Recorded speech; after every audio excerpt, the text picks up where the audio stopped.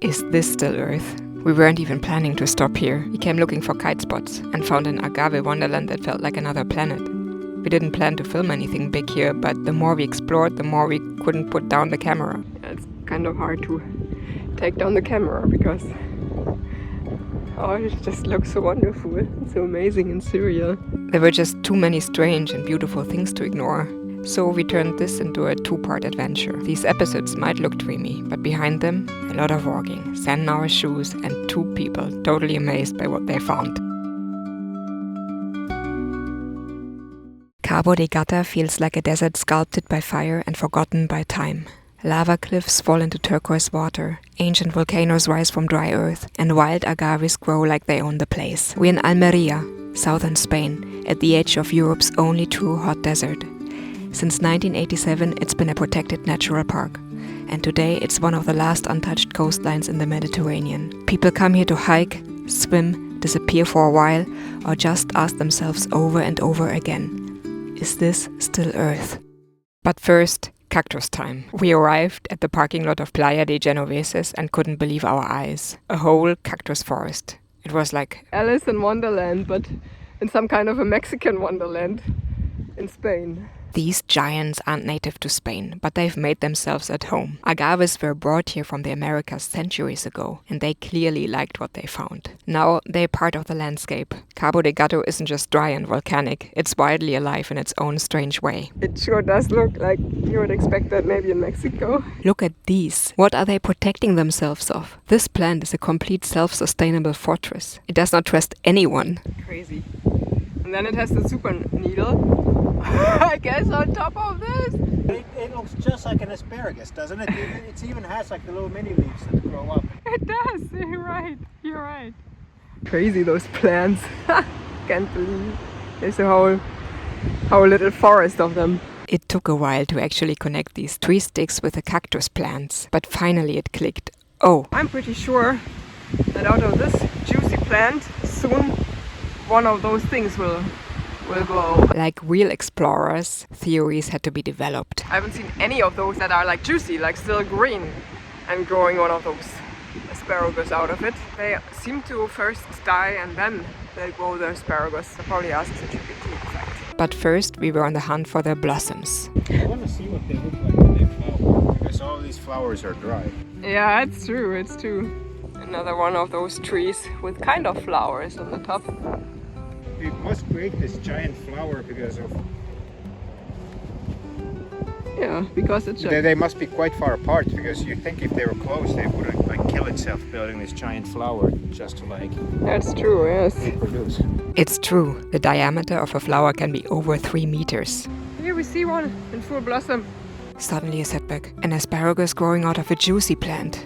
Here, this is the plant, and out of this the asparagus. My theory destroyed, or was there hope? I'm definitely gonna make some more research on that. Because who wants to let go of their theories, right? Despite of all their fierce protection, storms apparently still could do them harm. Here you see one of them dead, like ripped out of the earth, lying on the ground. A perfect opportunity to inspect all perspectives. Here, from the downside, probably the root is attached to that normally. Also, taste samples needed to be taken. Trying to eat the Agave Mexicana.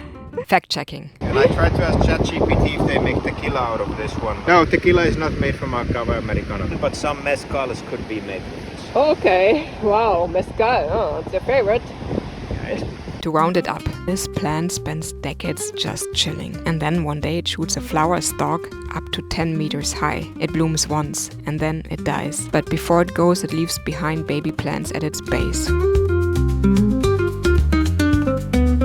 Also, the rest of Playa de los Genoveses is incredible. In the morning, we were lucky to have it for ourselves for a little morning coffee. We found a little terrace on the beach. Yeah. It's quite nice. Amazing! I don't think I know. This is, of course, the most amazing place we've found so far.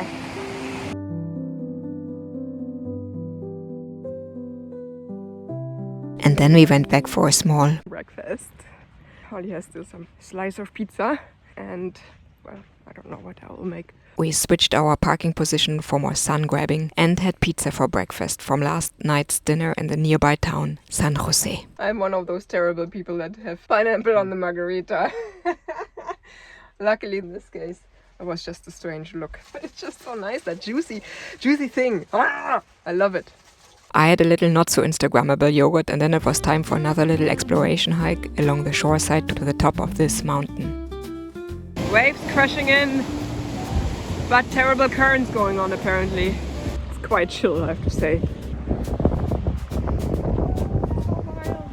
Once more we got captivated by the Agave Wonderland, calling our cameras out like sirens. Then we made our way across the dry soil slowly to the top of this little mountain peak. The moose. It's all the way down there. Those little pokey mountains you can see afar can well be some extinguished volcanoes, but we'll learn more about this later. Meanwhile, we're hiking up this path to the top, surrounded by the ocean. I love it. And then we were already at the top. Ooh la la la, what a view. Well, it wasn't a long hike, but quite amazing here. You can see that we are on some kind of a peninsula. I didn't know that before. Now I know it. Sometimes good to have a good peek. You can even see the moose from here. Yes, this was an amazing, absolutely recommendable view. After a beautiful day of exploration, we were back at the parking lot. At the absolute dream spot. But what do we see when we get closer? What do we see? What is that? We see a surgeon, Ollie, doing operations on the veins of the moose. It's a complete mess. Everything is out here. Cut cables. Like, we bought this for so much money. It's cut off. Yeah, because we don't need the plug side. It's hardwired into the van. Not that I understand much of it, but yes.